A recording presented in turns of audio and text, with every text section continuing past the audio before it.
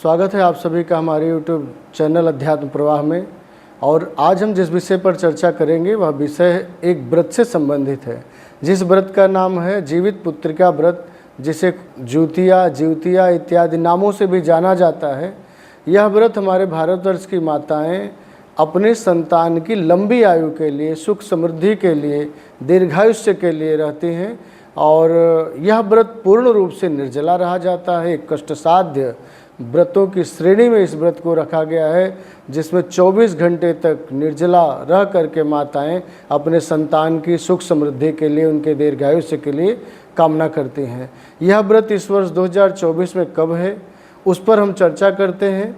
जैसा कि हम सभी जानते हैं कि जीवित पुत्रिका व्रत प्रतिवर्ष आश्विन मास के कृष्ण पक्ष की अष्टमी तिथि को मनाया जाता है। आश्विन मास कृष्ण पक्ष की अष्टमी तिथि को यह व्रत मनाया जाता है और भारतवर्ष की प्रायः माताएं अपने संतान की सुख समृद्धि के लिए, दीर्घायुष्य के लिए यह व्रत रहा करती हैं।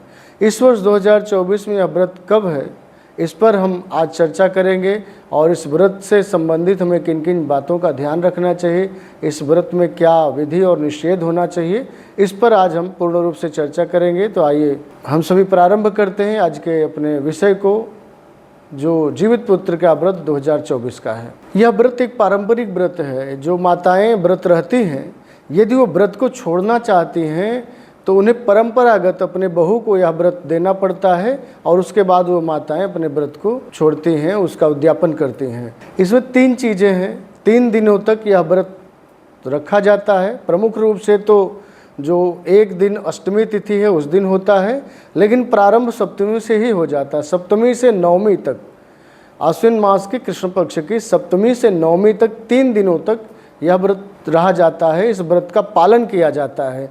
तो सप्तमी को क्या किया जाता है? सप्तमी को होता है नहाए खाए, अर्थात सप्तमी तिथि के दिन माताएं स्नान करती हैं। स्नान करके दिन में एक बार भोजन करती हैं, पकवान इत्यादि बनाकर दिन में खा लेती हैं। एक बार भोजन करने के पश्चात फिर दोबारा उस दिन सप्तमी के दिन भोजन नहीं करती हैं। उसके बाद उनका व्रत प्रारंभ हो जाता है। और अष्टमी के दिन प्रातः स्नान कर लेती हैं और दिन भर निराजल रहती हैं। जल का एक बूंद भी उनके शरीर में नहीं जाता है, ना ही भोजन करती हैं। भोजन, अन्न और जल दोनों का त्याग अष्टमी तिथि को किया जाता है। न सिर्फ दिन में अपितु रात्रि में भी निर्जल व्रत रहा जाता है। रात्रि में भी कुछ नहीं खाती हैं माताएं। और अष्टमी के पश्चात जो नवमी तिथि है, नवमी तिथि को इसका पारण किया जाता है। तो सप्तमी को नहाए खाए, अष्टमी को खुरज्योतिया जिसको बोलते हैं, और नवमी को पारण होता है। 3 दिनों तक यह व्रत चलता है। मुख्य रूप से अष्टमी को यह व्रत मनाया जाता है, यह व्रत किया जाता है। इस व्रत में गंधर्व राजकुमार जिमूतवाहन की कुश की एक प्रतिमा बनाई जाती है और उसी प्रतिमा की पूजा की जाती है पूर्ण रूप से। जिमूतवाहन जो गंधर्व राजकुमार हैं, उनकी एक प्रतिमा बनाकर, वो प्रतिमा किसकी होगी? कुश की होगी, और उसी की पूजा माताएं करती हैं। निर्जल व्रत रहती हैं। और पूजा का समय जो होता है वो प्रदोष काल होता है, सायंकाल। प्रदोष काल आप सभी जानते हैं, सूर्यास्त जब होता है, सूर्यास्त के 45 मिनट पहले से प्रारंभ होकर सूर्यास्त के 45 मिनट बाद तक प्रदोष काल माना जाता है। और प्रदोष काल ही सबसे उत्तम समय होता है या इस व्रत के पूजन का। प्रदोष काल ही सबसे उत्तम समय होता है इस व्रत में पूजन करने का। तो इस वर्ष 2024 में भारतीय समयानुसार, भारतीय पंचांग के अनुसार जो सप्तमी तिथि है वह 24 सितंबर को है, अष्टमी तिथि 25 सितंबर को है और नवमी तिथि कब है? 26 सितंबर को।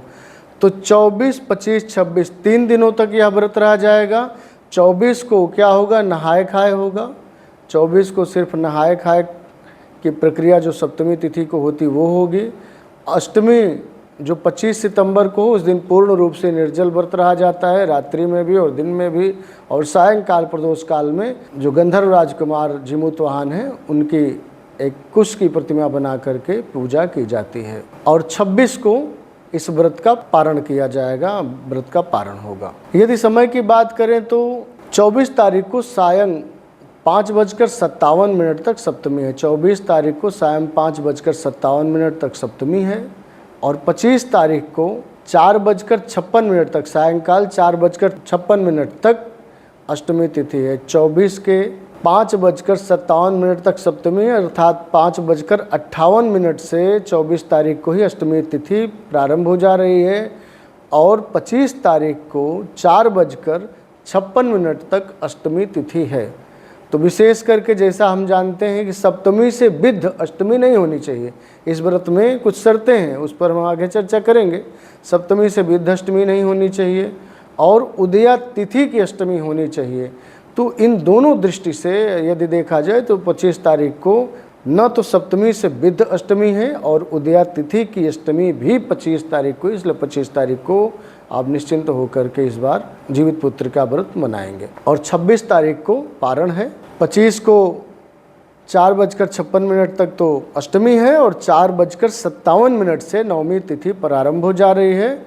लेकिन उस दिन पूरी तरह से दिन और रात दोनों काल में जो है ये व्रत रहा जाता है, इसलिए नवमी तिथि जो उदया तिथि नवमी की है वह 26 तारीख को है। उस दिन आप पारण करेंगी जो भी माताएं हैं। जीवित पुत्रिका व्रत कथा के श्लोक संख्या 35 और 36 में, श्लोक संख्या 35 और 36 में इस व्रत की तिथि को लेकर के स्पष्ट निर्देश दिया गया है। इसमें लिखा गया है, उपोष्य चाष्टमी राजन सप्तमी रहिता शिवा, उपोष्य चाष्टमी राजन सप्तमी रहिता शिवा, यस्यामुदयते भानुः पारणम नवमी दिने वर्जनीया प्रयत्नेन सप्तमी सहिताष्टमी अन्यथा फलहानि स्यात् सौभाग्यम नश्यति ध्रुवम। जो पक्षीराज गरुण हैं वो गंधर्व राजकुमार जिमूतवाहन से कहते हैं, हे राजन, सप्तमी से रहित अष्टमी और उदया तिथि की अष्टमी को व्रत करना चाहिए। वह अष्टमी जो सप्तमी से रहित हो, जैसा कि 24 सितंबर को सप्तमी खत्म हो रही है और अष्टमी प्रारंभ हो रही है, लेकिन उस दिन नहीं रह सकते क्योंकि वो सप्तमी से विद्ध अष्टमी होगी, इसलिए सप्तमी से रहित अष्टमी 25 को होगी।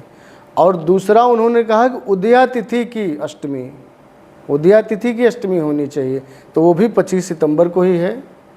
यानी सप्तमी से विद्ध अष्टमी जिस दिन हो उस दिन व्रत न कर शुद्ध अष्टमी को व्रत करें और नवमी को क्या करना है, पारण करना है। यस्याम उदयते भानु, मतलब जिस दिन उदया तिथि हो अष्टमी उस दिन व्रत रहें और पारणम नवमी दिने, पारण कब हो, नवमी तिथि को। वर्जनीया प्रयत्नेन सप्तमी सहिताष्टमी, सप्तमी से सहित, सप्तमी से विद्ध अष्टमी क्या है, वर्जनीय है। अन्यथा फलहानि स्यात् सौभाग्यम नश्यति ध्रुवम, अन्यथा क्या होता है, यदि सप्तमी से विद्ध अष्टमी को आप व्रत रहती हैं, सप्तमी से विद्ध अष्टमी को यदि व्रत रहा जाए तो क्या होता है, सौभाग्य और संपूर्ण फल नष्ट हो जाता है।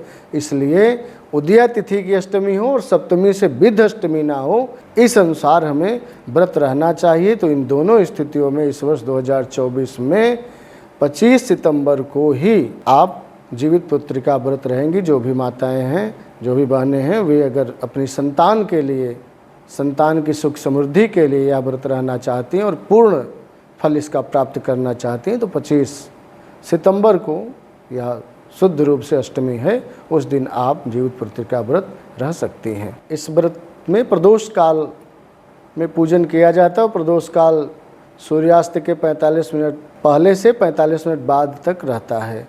तो 25 तारीख को जो सूर्यास्त हो रहा है काशी के पंचांग के अनुसार वह 5:58 पर 25 तारीख को सूर्यास्त होगा।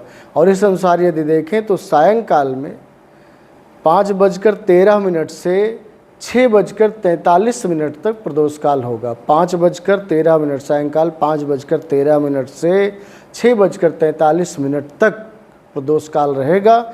इस समय में जो भी हमारी माताएं बहनें हैं वे इस व्रत का विधिवत पूजन कर सकती हैं, जीवित पुत्रिका व्रत कथा का श्रवण कर सकती हैं, अथवा जैसी भी आपकी परंपरा है आप परंपरा के रूप में गंधर्व राजकुमार जिमूतवाहन की एक प्रतिमा कुश की बना करके उनके सामने बैठ करके विधिवत पूजन कर सकती हैं। अपनी परंपरा के अनुसार, अपने श्रद्धा और भक्ति के अनुसार, जो आपकी क्षेत्रीय परंपरा है, जो आपकी लौकिक परंपरा है, उसके अनुसार।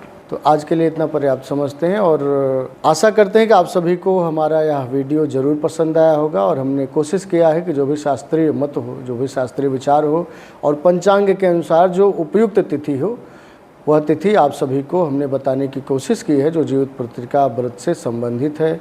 और आप सभी जानते हैं कि हम जो भी वीडियोज़ बनाते हैं कोशिश करते हैं कि शास्त्रीय प्रमाण उसमें हो, और जो भी पंचांग है, पंचांग को ले करके, पंचांग से तिथि को देख करके ही आप सभी के सम्मुख हम उस वीडियो को लाते हैं, उसमें समय इत्यादि बताते हैं। क्योंकि हम सुनी सुनाई बातों पर विश्वास नहीं करते हैं।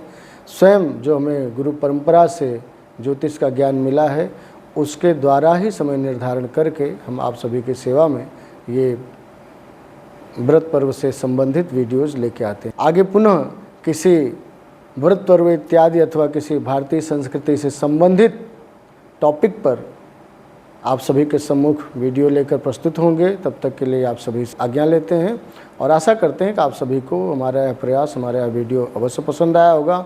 यदि पसंद आया है तो आप सभी से आग्रह जरूर करेंगे कि आप सभी अधिक से अधिक इसको लाइक, शेयर, सब्सक्राइब करें और अपने विचारों को कमेंट बॉक्स में लिखकर हमें ज़रूर बताएं। आप सभी को सादर प्रणाम। नमो नमः।